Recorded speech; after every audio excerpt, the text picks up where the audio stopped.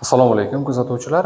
Siz bilan birgalikda bugun mana bu misolimizda uchburchagimizni kosinuslar teoremasini qo'llamasdan juda ham oson va qulay yechish usulini ko'rib chiqamiz. Demak, bitta tomoni 1 ga teng, bitta tomoni 3 ildizosi 2 ga teng, bitta burchagi 135 gradusga teng va uchinchi tomon uzunligini topish kerak.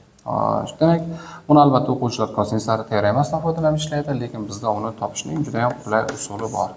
Demak, tomonni davom ettiramiz. Tomonlarni davom ettiramiz va mana bu yerda 90 gradusli burchak hosil qilamiz. Bu 135 gradus bo'ladigan bo'lsa, mana burchagimiz 45 gradus bo'lib chiqargan. Demak, bu 45, bu 90 bo'ladigan bo'lsa, mana burchagimiz ham 45 gradus bo'ladi. 3 ildizosida 2 bo'ladigan bo'lsa, demak, bu tomonimiz 3 bo'ladi, bu tomonimiz 3 bo'ladi.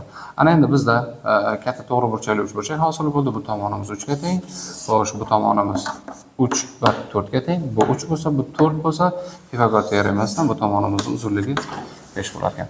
Mana shunaqangi qiziqarli misollarning oson yechish yo'lini o'rganmoqchi bo'lsangiz, bizning kanalimizga obuna bo'lib qo'ying. Assalomu alaykum kuzatuvchilar. Siz bilan birgalikda bugun mana bu misolimizda uchburchagimizni kosinuslar teoremasini qo'llamasdan juda ham oson va qulay yechish usulini ko'rib chiqamiz. Demak, bitta tomoni 1 ga teng, bitta tomoni 3 ildizosi 2 ga teng, bitta burchagi 135 gradusga teng va uchinchi tomon uzunligini topish kerak.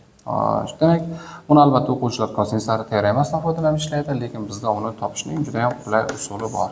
Demak, tomonni davom ettiramiz. Tomonlarni davom ettiramiz va mana bu yerda 90 gradusli burchak hosil qilamiz. Bu 135 gradus bo'ladigan bo'lsa, mana burchagimiz 45 gradus bo'lib chiqargan. Demak, bu 45, bu 90 bo'ladigan bo'lsa, mana burchagimiz ham 45 gradus bo'ladi. 3 ildizosida 2 bo'ladigan bo'lsa, demak, bu tomonimiz 3 bo'ladi, bu tomonimiz 3 bo'ladi.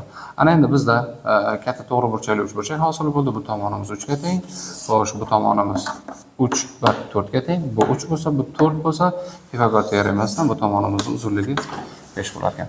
Mana shunaqangi qiziqarli misollarning oson yechish yo'lini o'rganmoqchi bo'lsangiz, bizning kanalimizga obuna bo'lib qo'ying. Assalomu alaykum kuzatuvchilar.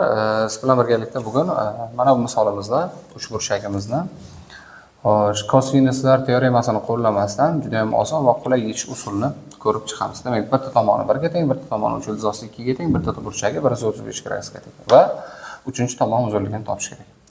Demak, buni albatta o'quvchilar kosinuslar teoremasidan foydalanib ishlaydi, lekin bizda uni topishning juda ham qulay usuli bor.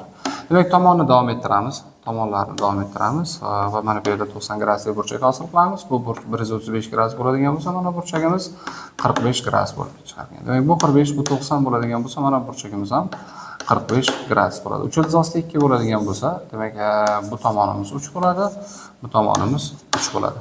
Ana endi bizda katta to'g'ri burchakli uchburchak hosil bo'ldi. Bu tomonimiz 3 ga teng,